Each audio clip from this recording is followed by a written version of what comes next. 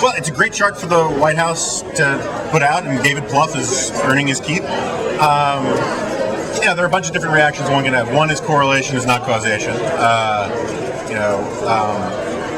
There was reason to believe that the recession, well, definitely a very bad recession, was not the worst since the Great Depression. You can go back and you look at the job losses in 81, 82, they were worse, at least for a good long while, than they were in 2008. You can go back to 73 and make similar kind of arguments, but let's just sort of stipulate it was a really bad recession, maybe as bad, maybe the worst since the Great Depression.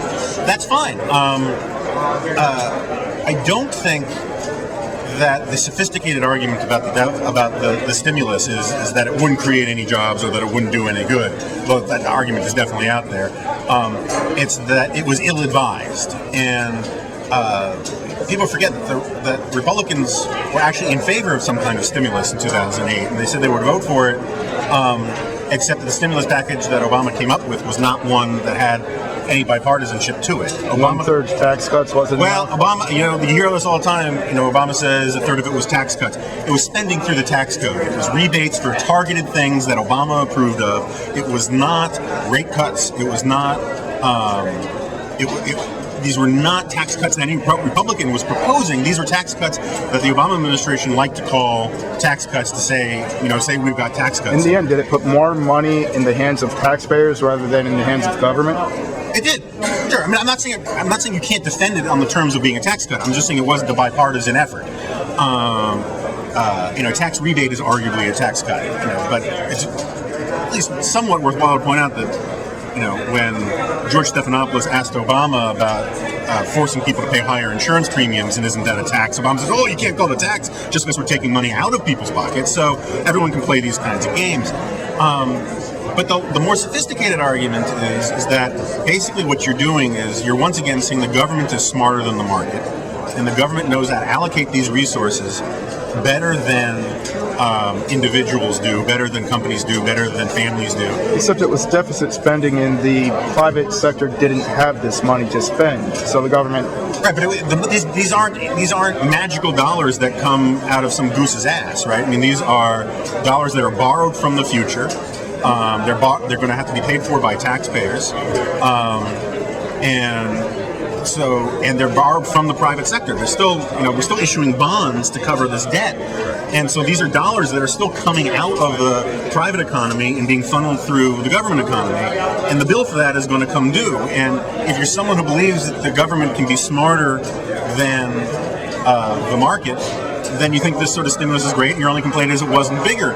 If it was bad for the markets, wouldn't we have seen the reverse of what we're seeing in this chart? Well, I'm not saying it's bad for the markets. I'm saying it's bad for the long-term fiscal health of the country. And that I think there are a lot of people, Bill Kristol was one. I shouldn't say markets, I should say private sector. I'm saying it's bad for the country. I'm saying that over the long haul, you could certainly have a W-shaped recovery. The amount of stimulus that we're getting from central banks is much bigger than the amount of stimulus we've gotten from the actual stimulus bill. And the world is awash in money, and I don't know a lot of conservatives who know much about economics, and I'm not claiming I'm some grand economist, who don't think that if you pour boatloads of cash onto the world economy, you're not going to get a bounce out of it. So I just think it's a more sophisticated critique of what the stimulus is about, but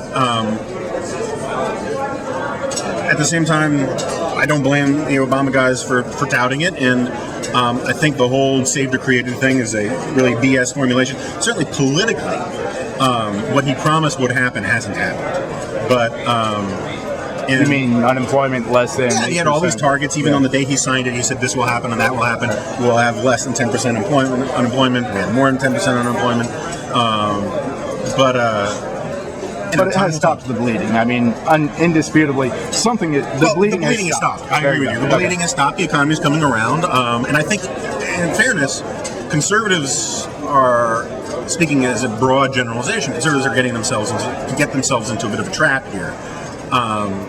Because if the critique of Obama and his economic policies is hinged entirely on where the unemployment rate is, right, or where the GDP growth numbers are, it's like basing all your arguments on polls. And once the polls change, you're out of luck. And there has to be more of a proactive critique of Obama's economic policies than merely saying, look at the GDP, look at the unemployment numbers. Because I think Obama has a perfectly legitimate defense. It's only a partial defense, as far as I'm concerned, that says he inherited a really crappy economy, because he did inherit a really crappy economy. One last question about politics before turning to your book. Maddow's on a tear right now, decrying the hypocrisy. Republicans have said the stimulus doesn't create any jobs at all. The government can't create jobs. Then they're going home to the districts, attending ribbon cutting ceremonies, touting the number of jobs that they've brought home to their district, which is paid for by stimulus cash. Do you detect this same whiff of hypocrisy Maddow does in that? Is it defensible? I seriously doubt that my olfactory senses for Republican hypocrisy are nearly as finely tuned as Rachel Maddow's. But sure. So it's hypocritical. I'm not going to defend every congressman out there for laying credit to stimulus money. My guess is a lot of Democrats oppose tax cuts and then take credit for tax cuts when those come down the pike too. Politicians are politicians on either side of the aisle, and that's the kind of thing you'd expect. And that'd be interesting for conservatives to go back and look, see how many Democrats that voted against the Bush tax cuts ended up praising them in the long run. Yeah, no, it'd be interesting to look. But I don't think. First of all, I don't trust Rachel Maddow's characterization of these sorts of things, so I'd want to look at the tape myself.